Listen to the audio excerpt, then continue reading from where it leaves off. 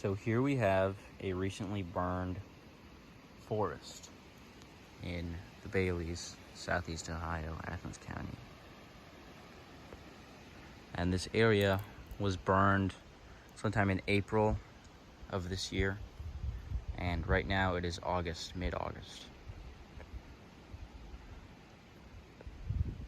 So the first thing you notice when you come here is that there's no leaf litter on the ground. Usually there would be tons of litter and acorns. There's still acorn caps, but there's no leaf litter on the ground because it's all been burnt. And all the carbon from that leaf litter has been released into the air as CO2, but all the minerals and stuff, like the nitrates, everything like that, are all in the soil now. So the soil has been replenished for the next generation of trees and plants. So some of the dominant trees here, like most of Athens County, are white oak, red oak, sugar maple, just the normal hardwoods you see around. Some red maple too. So this one is a white oak. I specifically remember this one because of the moss. It was burned at the base. And that's not coming back. Although the stuff up here is about 3 feet off the ground. White oak. There's a lot of sugar maple in the understory, just tall enough not to be killed by the fire, but not really tall enough to provide a lot of shade. This one's pretty small. Sugar maple leaf. Got the 5 lobes. Unserrated margin. Here is northern red oak, Quercus rubra. It's got the ski tracks in the bark. Can't really see the leaves. I don't see any acorns left from last year, but that is a really fire dependent one. And here is an interesting one.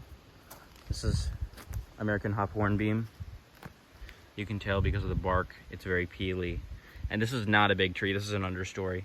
This is actually probably it's one of the taller ones that's maybe 35 feet tall. I would show you the leaves, but they're too tall. And most of these are too tall to survive the fire, but this one actually did. Only the base looks like it's been burnt badly. I haven't been seeing too many more of them. There is some Musclewood here, but that looks like it's pretty much gone too. So basically everything under the 10-foot mark is basically dead. I'll show you some of those. Here's one. This looks like a Hophornbeam or a hornbeam. And it actually did put out a flush of leaves, and then it died after. So that one is, I'm 6 feet, so that's probably 7 feet. And it's dead. This one is smaller. Looks like an ash. But this one, yeah, opposite branching. This one is actually resprouting from the base. There. So that's not dead. It just died back to the root. So the understory here, there's a couple tree seedlings. There's some scattered grasses. Here's a red oak. There's some tick trefoil. There's some ash seedlings left. That's actually from the root of this little twig that got burnt. But one of the main things is, that's really nice, actually, is most of the Multiflora is dead. So here, Multiflora rose is a highly invasive rose bush, and most of the plants here are dead. It is probably the most invasive plant I have ever seen. It is everywhere. It is in every single environment I ever go to. Here is the leaf. That one is alive.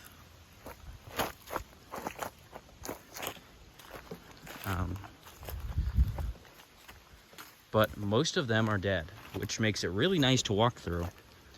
Also, the Greenbrier is dead. This is the Greenbrier. There's several different species of Greenbrier. They're native. Here's the leaf. Kind of rough on the edge, on the veins. So most of the Greenbrier is dead or resprouting. Although there is a lot resprouting. And the raspberries are also dead. Well, for the most part. Here's one that's starting again.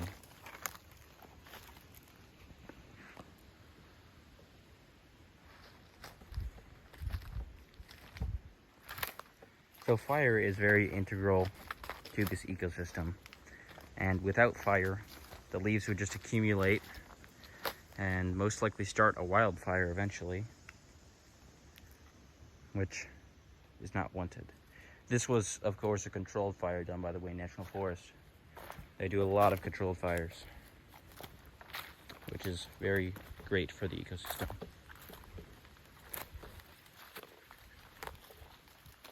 So here, on the other side of the road, they actually did not burn. So I will show you that now. And you can see the difference between the two. Huge spider web. There he goes.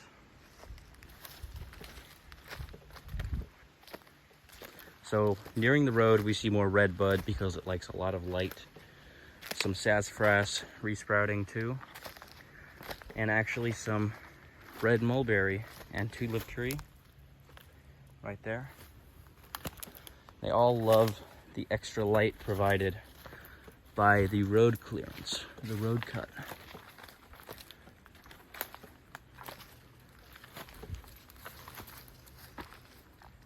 So on this side, they didn't burn. And on this side, they did. And you can see a definite difference between the two in the number of plants and flowers and just relative greenness.